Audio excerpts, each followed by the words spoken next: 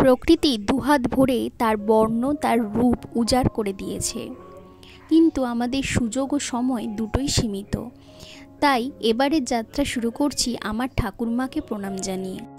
রওনা দিচ্ছি ভারতের দক্ষিণ পশ্চিম রাজ্যের উদ্দেশ্যে, যা খাঁড়ি দিয়ে বোনা, পাহাড় দিয়ে গাঁথা, সবুজ দিয়ে মোড়া, ঝর্ণা দিয়ে ধোয়া, সাগর তীরে ঘেরা কেরলে। প্রায় 36 ঘন্টা জার্নি করে আমরা পৌঁছে গেলাম এর্নাকুলাম জাংশনে।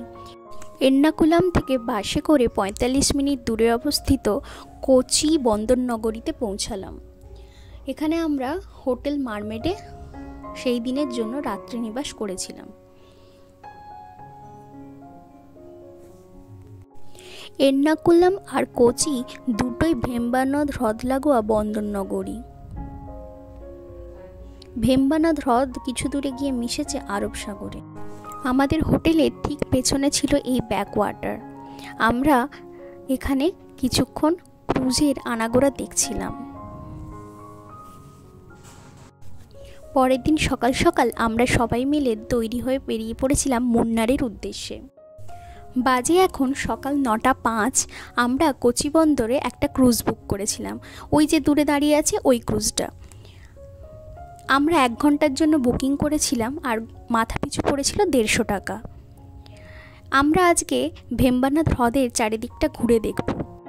বলতে বলতে ওই যে দেখো ময়ূরপঙ্খী একটা ক্রুজ আসছে, কি সুন্দর দেখতে।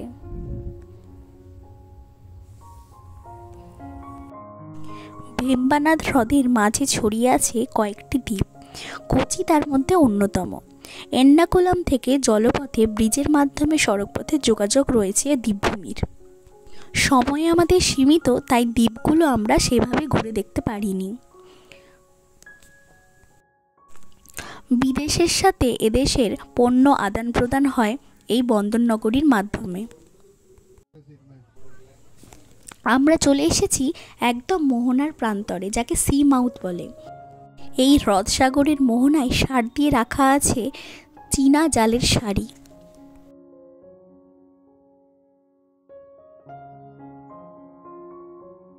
এই সফরটির শেষ পর্যায়ে ডিজে গানের সাথে কিছুক্ষণ নাচানাচি করে শেষ হয়। কোচি বন্দর থেকে রওনা দিয়েছিলাম আথিরাপল্লী ওয়াটারফলসের উদ্দেশ্যে। সময় নিয়েছিল 2.5 ঘন্টা। দুপাশে ক্যানভাসে আঁকা ছবির মতো বাড়ি আর অজস্র পাম গাছের সারি দেখতে দেখতে আথিরাপল্লী ওয়াটারফলস পৌঁছে গেলাম। আথিরাপল্লী ওয়াটারফলসের এন্ট্রি ফিস 50 টাকা। এটি ত্রিশূর জেলায় অবস্থিত পশ্চিমঘাট পর্বতমালা থেকে সৃষ্ট এই জলপ্রপাতের উচ্চতা 81.5 ফুট। আথিরাপল্লী ওয়াটারফলস দেখার পরে আবার রওনা দিলাম মুন্নারের উদ্দেশ্যে, যার সময় লেগেছিল প্রায় 1 ঘন্টা 4। তাহলে আজকের গল্প এখানেই শেষ করলাম। পরের পর্যায়ে ফিরে আসবো কেরলের অন্যান্য প্রান্তের খুঁটিনাটি নিয়ে।